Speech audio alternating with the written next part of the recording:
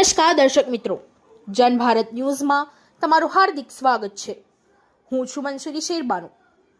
પાલિકાની ચૂંટણી આડે 7 મહિના, ટિકિટ મળવાની નથી એવા કાઉન્સિલરો બેફામ। પાણી પુરવઠાના ઇજનેર સાગર મિસ્ત્રીને કાઉન્સિલના પતિએ લાફો માર્યો।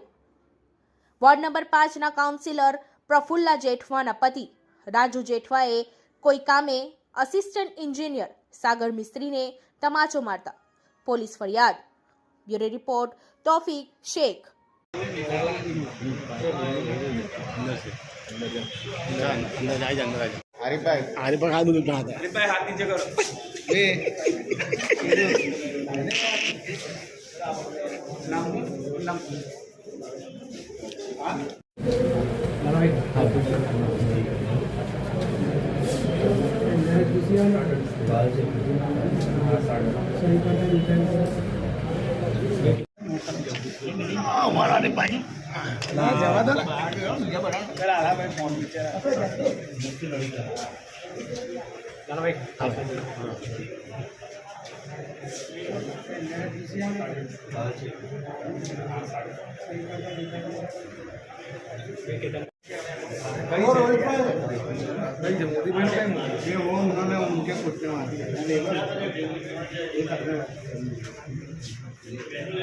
अभी वापिस भी आना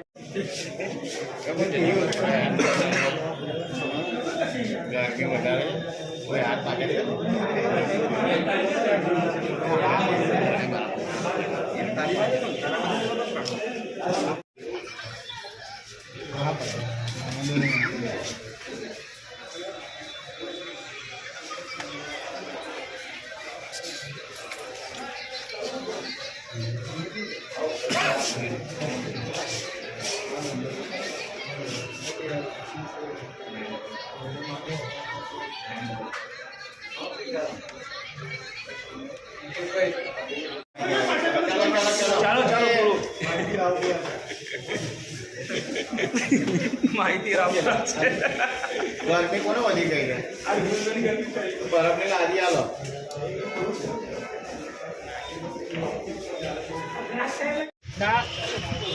एडिशनल असिस्टंट एंजीनियर पर जो वोर्ड नंबर 5 नगर सेवक है प्रफुल्लाबेन जेठवा पति द्वारा पर હુમલો કરાયો છે અને તેને લઈને જ હવે આ તમામ લોકો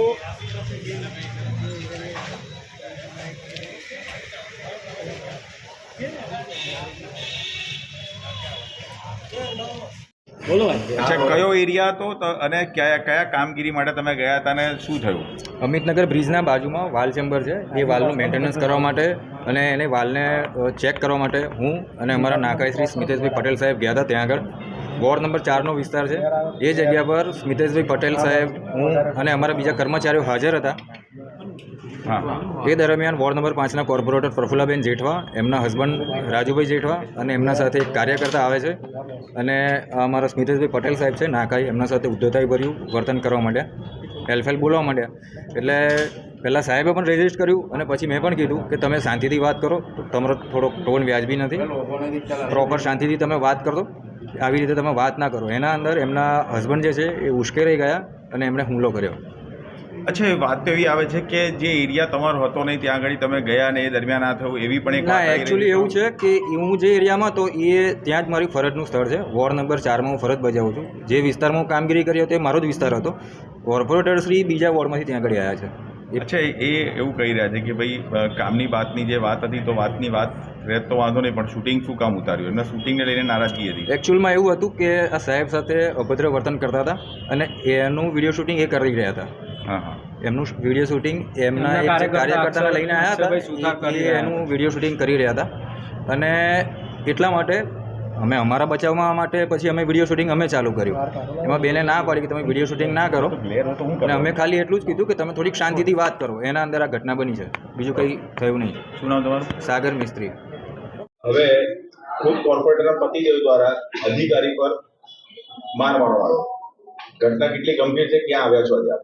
ઘટના ખૂબ જ ગંભીર છે। હાલમાં અમે કરેલીબાગ પોલીસ સ્ટેશન આવેલો છે।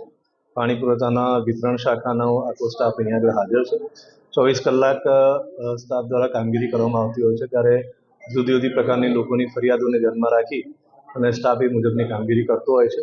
ક્યારેક એક પર એક કામગીરી ઓવરલેપ થાય ત્યારે આવા નાના મોટા ઉગ્ર બનાવ કે રજૂઆત થતી હોય છે, એ બી અમે ધ્યાનમાં રાખીએ છીએ અને એ પણ અમે ચોક્કસ એ કામગીરી જે ઓવરલેપ થાય છે કામગીરીને ઝડપથી પતે એ પ્રમાણેના અલાયદો સ્ટાફ રાખીને પણ અને બીજી રીતે પણ એ કામગીરી પ્રશ્ન કરવાની કોલ કરવાની અમે કામગીરી કરતા હોઈએ છીએ. આજે શું ઘટના બની? આજે પૂર્વ ઝોનના અમારા ડેપ્યુટી એન્જિનિયર છે સ્મિતેશ પટેલ અને એમની સાથે સાગર મિસ્ત્રી જે ડબલ એન્જિનિયર છે, એ રાયકા દોડકાની ફીડર લાઇનના વાલ ચેક કરવાની કામગીરી મારા દ્વારા એમને સોંપવામાં આવેલી હતી. લો પ્રેશરમાં જે પૂર્વ ઝોનમાં લો પ્રેશર થાય છે એના માટેની આ સ્પેસિફિક કામગીરી આપવામાં આવેલી હતી.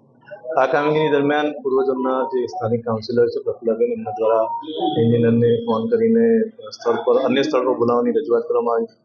જેની સાપેક્ષે એન્જિનિયરે હાલમાં કામગીરી કરી રહ્યો છે.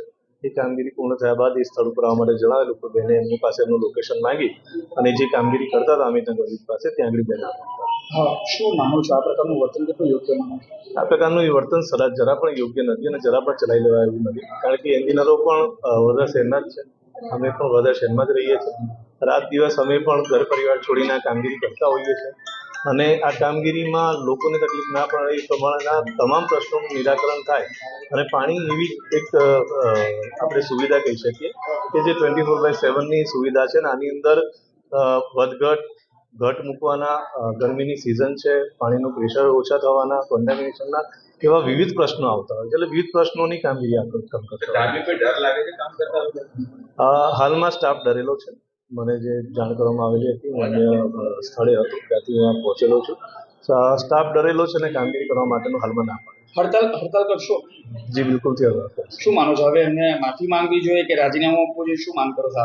અમે હડતાલ કે રાજીનામું કે એના સાપેક્ષમાં નથી કરતા.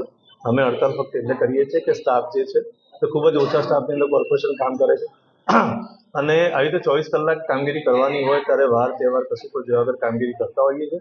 એટલે સ્ટાફનું આવી